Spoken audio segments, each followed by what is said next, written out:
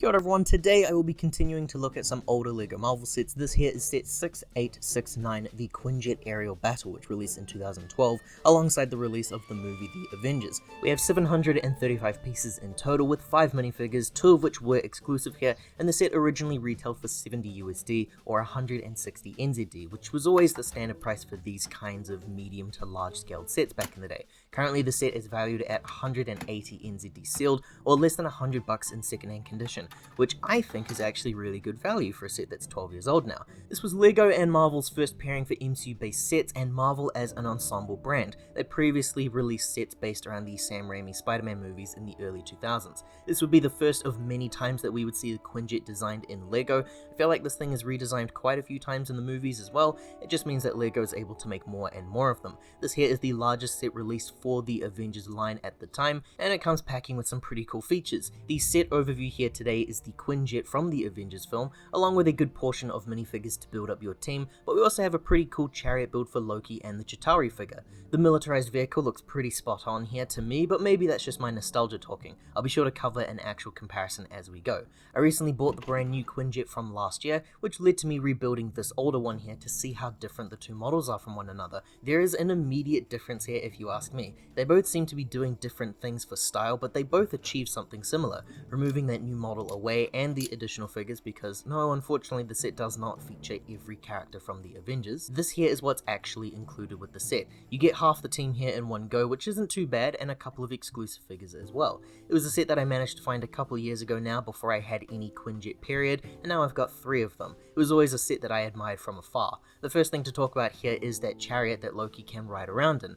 I mean it when I say this, I think it's my favorite aspect of the set. I always loved the color scheme here of the Chitauri aliens for these early sets, and while your display wouldn't be able to show it off to the full effect, I do love the strange design we have here, with the back section being placed higher than the front. Its design is about as best as they could get for 2012. It would eventually be remade just one time in the massive Avengers Tower set, so it is a shame to see that this design never made it into any other playsets, which is where I would rather see it personally. The newer design is a lot slimmer, and it definitely looks to capture a different style. You can easily see the curve here where our soldier figure sits lower down than Loki. There's a sticker design there with some pretty cool alien imagery on both sides of the vehicle, as well as the front end there. I love the colors of the golds and purples and tans, which I think blend together really well, despite not following the real tones of the movie, which was just boring grey. An interesting design method here, you can see the front of the vehicle has these 2 handles as stickers, whereas the newer design actually builds them into the model. Just goes to show you the difference of 2012 to 2024. The Chariot build is very simple, and usually I'm not a fan of side builds like this that will take away parts from the main build, but this is very well executed that it kinda bums me out it was never released again in easier to afford products. As for the Quinjet itself, I love the style of the Quinjet. The bulkiness is part of what I like here the most. It just feels like something that was worth the effort and the price tag, and interesting when compared to the newer one, which essentially covers the same area as this one, and with a similar piece count, and pretty much close to the same price point once you adjust for inflation. I've read online about LEGO and their stance when it comes to fictional vehicles like this, and making the products in real life, needing to change some things so as to not make it appear like a militarized vehicle, a process that I love to learn about, and one I find very interesting because regardless of the changes made here, I still see a military vehicle like what's seen in the movie. The specific change that I refer to in the newer model is the feature of a blue windshield piece. A simple change like that, which according to the set designer is enough to get the set then released. We see our pilot there in Black Widow, the door is very easy to open, and the head of the vehicle can move up and down, which helps to form the shape from the movie. The cockpit is removable too, since the connector is just Technic pegs.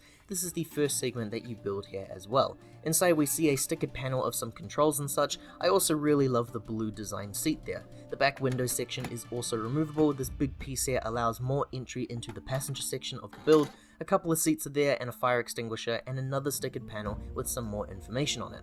It's a decent place to put the rest of your team who can't fly.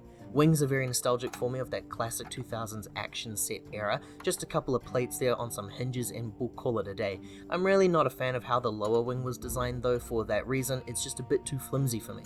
The set features some stickers of shield-based imagery, which really brings a lot of style to the set. There's a back door entrance way up top here which leads to the back section of the vehicle, but there's not too much to do in here. According to the set's information, I believe it's supposed to be viewed as like a jail cell for Loki. Opening the door here to take a look inside, you can see there is an empty space for maybe standing your minifigure. In the Age of Ultron set, I believe this section is used to store a motorbike, but here we get a decent view of the inner workings of that play feature. Before that though, the engine parts up top can be moved around, and throughout the duration of this video I have been showing how easy it is to rotate this thing. That's because of the wheels here, which are placed on two aeroplane wheel pieces and an undercarriage part with free movement. So the wheels located at the back do remain in place, while the wheels placed at the middle front area of the vehicle allow for full movements. A very fun play feature, and it really adds to a whole lot of that ship's design overall. And now, for that play feature I was talking about, there is a switch up top here with a red tile. You press that down and out pops this thing. It's a little Technic build section of a drone of some kind. It is incredibly fun to play around with, honestly. Slotting it back in there and ejecting it out is pretty great. A very simple feature, but a great execution. And you can see how the feature inside the vehicle there works, and how that push function operates. I'm going to be completely honest, I have no idea what this thing here is. I just rewatched the movie too recently, and even then, I think I missed whatever this was meant to be. It looks like a Quinjet but micro, kinda like one that you'd see in an advent calendar. It features a sticker and some movable wings. Placing it back into its resting space is very easy. It's a pretty fun inclusion overall though. The last feature here are these missiles. It is a flick fire function, and they swing out like so, which is the part that I love the most. I love being able to fold the weapons up. It would have been nice to have seen more missile inclusions though. The minifigures here are the most exciting part with our 5 characters to cover, 3 heroes and 2 villains overall. You needed the set in order to complete the team, as well as 2 additional Avengers sets. This right here is what the 2012 Avengers minifigures look like in their first ever appearance in LEGO sets. I'm very fond and nostalgic for these figures specifically, but even I can admit that in retrospect they are pretty poor translations. Even at the time, a couple of these were rather questionable. First up here is Iron Man in the Mark 7 armor, who is exclusive to this set. Iron Man did appear in a smaller set released for the line, where the suit was the Mark 6. Here on screen are images of those two figures. Torso detailing is the key difference here between the two. The Mark 7 armor would be remade some years later in a Junior set, nothing too special, until the remake from last year in the Quinjet and the Avengers Tower set. I always loved that Iron Man would come with extra pieces for those dynamic effects on the figure. I did always think that LEGO was too dark with the tones for the Iron Man figures, who should have appeared a bit brighter occasionally. That's the exciting thing when it comes to the comics for me, the bold, brighter colors. LEGO would have some brighter Iron Man figures that released later on down the line. The part that everyone loved about the Iron Man figure was the helmet, in which the visor appeared to be a different piece and could be flipped up to reveal the Tony Stark head underneath. Double-sided expression here of an angry look for Robert Downey Jr. I always thought it made for a pretty decent comics or cartoon appearance, but never quite resembled Downey Jr. for me, an issue that I have with most of the superhero figures. Compared to the remake here, it is insane to see what 10 years can do. Really, every possible detail here has been changed or updated. A lot of work has been put into the printing there on the torso and the legs, and the parts that are used for the dynamics have changed drastically in the superheroes line. Some back torso detailing here. The most notable thing I think at the time with the Mark 7 were these little silver extrusions. They kind of resemble shoulder pads here, so the back of the armor had some extra grooving to it. The original figure doesn't really highlight this change that much, the new one does. The face prints are pretty similar for the expressions, but the difference here being the visor print underneath. I'm not sure when they started doing this, but it has become the standard for quite some time now with Iron Man figures. The other side both feature some snarky smiles, though I would say that the newer one is a bit more arrogant compared to the original. Black Widow is next here since she is the only other exclusive figure here, and damn it, she's awful. I don't really know what was happening in 2012 with LEGO and how they designed her to look like this, but she's just as bad as the Hawkeye figure to me, arguably worse. The hair is a mix of brown and orange, and it doesn't really fit the red that we saw in the movie. It's also just a bad hairpiece choice to begin with. She's got these facial features here that make her look like the elves printing from Lord of the Rings. Scarlett Johansson doesn't really have that sort of facial structure. Skin tone for the chest is way off compared to the face there, like a completely different person. This here is more of a retrospective thing, but early LEGO sets had women with these cinched waists. It's just negative space that's been printed onto the torso. They do still do this for some characters, but it's not as extreme as it once was. I never really liked this design choice, so I'm glad that they kind of pivoted away from it. Double-sided expression of a much worse expression in my eyes. It's very hard to tell though. Neither of these look great realistically. I think she's angry here, but it's unsure to me. It looks like she's either going to kill some aliens or she's angry that she stubbed her toe.